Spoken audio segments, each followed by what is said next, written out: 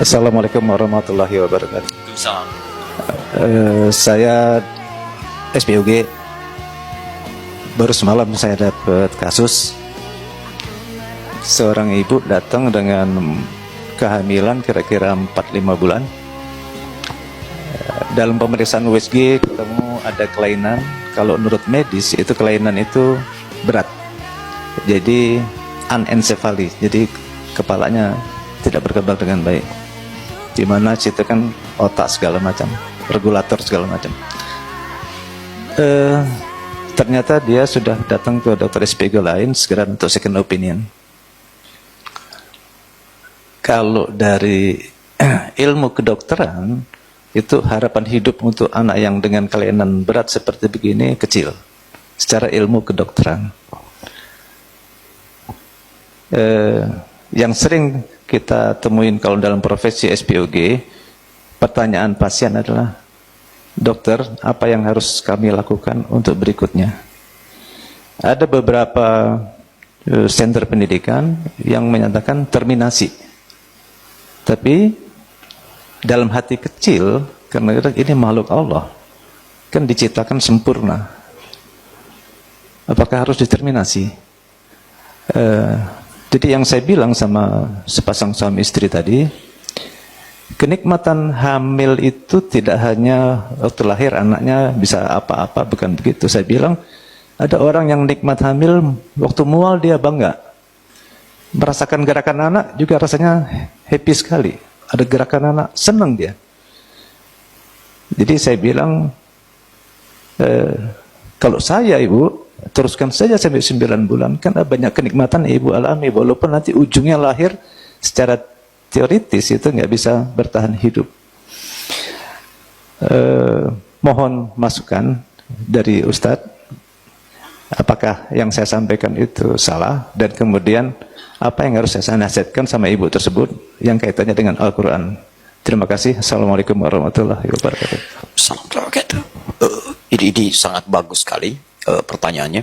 Pertama begini, kita akan berbicara pada sesuatu yang sangat penting sekali, yang ini sifatnya hanya tawakal, tidak ada ikhtiar di dalamnya. Quran surah ke-7 ayat 34. Kata Allah begini, walikulli ummatin ajal. Setiap umat, jangankan manusia, sebuah umat, sebuah kalangan manusia itu punya batas waktu untuk hidup, disebut dengan ajal. Idza jaa ajaluha, kalau datang ajalnya, la yastakhiruna sa'ata wa la yastaqdimun. Anda tidak bisa memilih untuk ditunda atau dimajukan. Tidak ada kerjaan kemudian memajukan atau mengundurkan, karena dia tidak akan berpengaruh. Makanya sering-sering katakan bahwa orang yang bunuh diri itu nggak ada kerjaan. Kalau sudah waktunya meninggal, meninggal juga. Ya, dia nelan baygon sampai sebaskom, belum waktunya tiba meninggal, nggak akan wafat. Ya, tapi kalau sudah tiba, maka selesai kehidupan dia. Maka ayat ini ingin berkata, pertama, jangan pernah kita memastikan terkait dengan ajal atau datangnya kematian pada seorang hamba. Karena itu kata Allah, itu hanya hak prerogatif Allah saja. Kapan, di mana, waktunya kapan. Misal Quran surah ke-4 ayat 34 penegasannya. Ya, ada 5 hak prerogatif Allah yang tidak bisa diketahui makhluk, bahkan selevel malaikat yang dekat pun dengan Allah tidak diberikan kewenangan. Innallaha 'indahu ilmus sa'ah, hanya Allah yang punya pengetahuan tentang kiamat, satu, sampai waktunya kapan. Wa yunazzilul ghais, mengatur cuaca, karena itu tidak ada kepastian cuaca, yang ada perkiraan cuaca. Ya, wa ya'lamu ma fil arham. Nah, ini yang terkait dengan pertanyaan Bapak, dan menentukan apa yang terjadi dalam rahim. Ya, apakah dia hidup atau wafat, atau dia terlahir kemudian laki-laki atau perempuan. Walaupun kita lihat USG misalnya, oh laki-laki tiba-tiba lahir bisa perempuan, kita nggak tahu jodohnya seperti apa, kita nggak tahu bagaimana keadaannya, masa depannya bagaimana. Itu hak prerogatif Allah dalam rahim. Ya, Allah yang tentukan itu yang paling tepat dengan kaitan tadi. Selanjutnya, wa ma tadri nafsum madza taksibu ghadan. Anda tidak akan tahu apa yang terjadi besok. Selanjutnya, kita hanya bisa merencanakan. Fa idza faraghta fansab. Kalau sudah selesai urusan sekarang, rencanakan untuk besok, bikin ke depan. Tapi kita nggak tahu apa yang terjadi besok. Kemudian wa ma tadri nafsum bi ayyi ardin tamut. Kamu tidak tahu kapan dan di mana kamu akan wafat. Hanya Allah yang punya kehendak itu. Yang paling menarik, ada yang terkait dengan kejadian alam rahim. Tadi yang Bapak tanyakan. Ya, wa ya'lamu ma fil arham, termasuk apa yang ditentukan Allah dalam rahim. Nah, kadang persepsi manusia itu mesti diarahkan begini. Tadi sangat bagus sekali apa yang Bapak sampaikan. Itu ada di nuansa Quran surah ke-31 ayat ke-14. Ya, paling kiri sebelah atas. Juga Quran surah ke-45, Quran surah ke-46 ayat ke-15. Quran surah ke-31 ayat 14. Quran surah ke-46 ayat 15. Ini fase kandungan.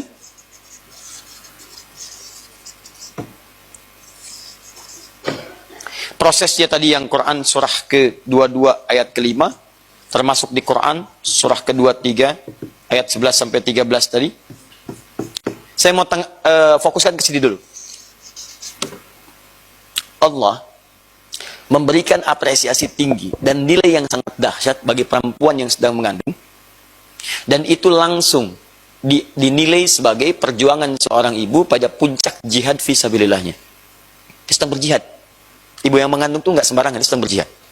Bahkan ketika seorang anak pun sudah tumbuh, kata Allah kalau dia ada persoalan dengan orang tuanya, maka dia mesti ingat bagaimana ibunya berjuang ketika mengandungnya. Saking tingginya Allah mengapresiasi proses kehamilan itu. Kata Allah, wa wassaynal insana biwalidayhi, Quran surah ke-31 ayat 14. Ya, saya wasiatkan kepada setiap anak untuk berbakti kepada orang tuanya. Ketika bakti itu disebutkan, ibunya lebih duluan. Perhatikan kalimatnya. Hamalathu ummuhu wahnan ala wahdin. Kamu mesti ingat, ketika seorang ibu itu mengandung, dia berjuang dengan perjuangan yang sangat luar biasa. Tidak mudah dia berjuang dengan itu semua. Bahkan kemudian di Quran surah 46 ayat 15 disebutkan, hamalathu kurhan. Dalam keadaan yang sangat kadang-kadang tidak mudah. Ada rasa sakit, ada nggak enak, ada mual, ada macam-macam. Apresiasi pertama kata Allah, bagi seorang yang sedang mengandung, ketika merasakan semua proses itu, maka supaya meringankan proses yang dia lalui, rasa beratnya, rasa macam-macamnya, Allah berikan sebuah hadiah. Kata Allah, kamu sedang berjihad yang pahalanya luar biasa besarnya. Tuh, satu.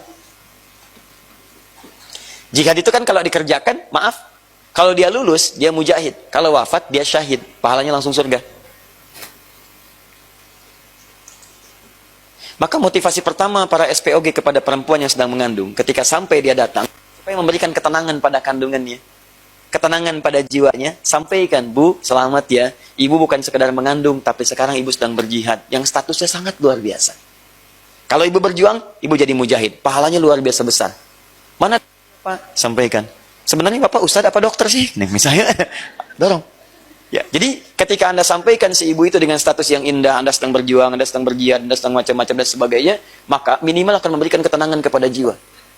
Yang kedua, ini yang paling penting, Bu, ibu itu diamanahi untuk mengandung, bukan untuk menentukan apakah bayi itu terlahir atau tidak. Untuk menentukan apakah bayi itu hidup atau tidak. Hidup atau wafat itu urusan Allah. Yang penting ibu nikmati kandungan ibu sekarang, ibu nikmati proses ibu sekarang sedang berjuang, dalam kehamilan ibu sekarang, adapun ketentuan hidup dan tidak, dokter pun tidak bisa menentukan. Itu urusan Allah Subhanahu wa Ta'ala. Bagian yang pertama. Jadi, motivasi Al-Quran kepada para SPOG, muslim, dokter-dokter muslim dan sebagainya, adalah berikan dorongan, semangat, motivasi, supaya kehamilan itu dinikmati, seperti apa yang tadi Bapak sampaikan. Itu rangkuman paling indah dari keterangan ayat Quran yang disampaikan. Berikan motivasi dulu. Jangan arahkan kepada apakah hidup atau wafat. Itu kita bisa menganalisis saja. Mungkin acuannya kedokteran seperti itu. Tapi kan puncak wafatnya itu bukan urusan kita. Ya, puncak hidup dan wafat itu urusan Allah. Kita nggak punya kuasa di situ. Maka yang perlu dilakukan adalah ikhtiar. Dorong semaksimal mungkin, silakan. Kecuali kalau keadaan kandungan itu bisa membahayakan bagi, maaf, ibu yang mengandung. Ya, janinnya bermasalah misalnya. Ya, bermasalahnya luar biasa. Dan itu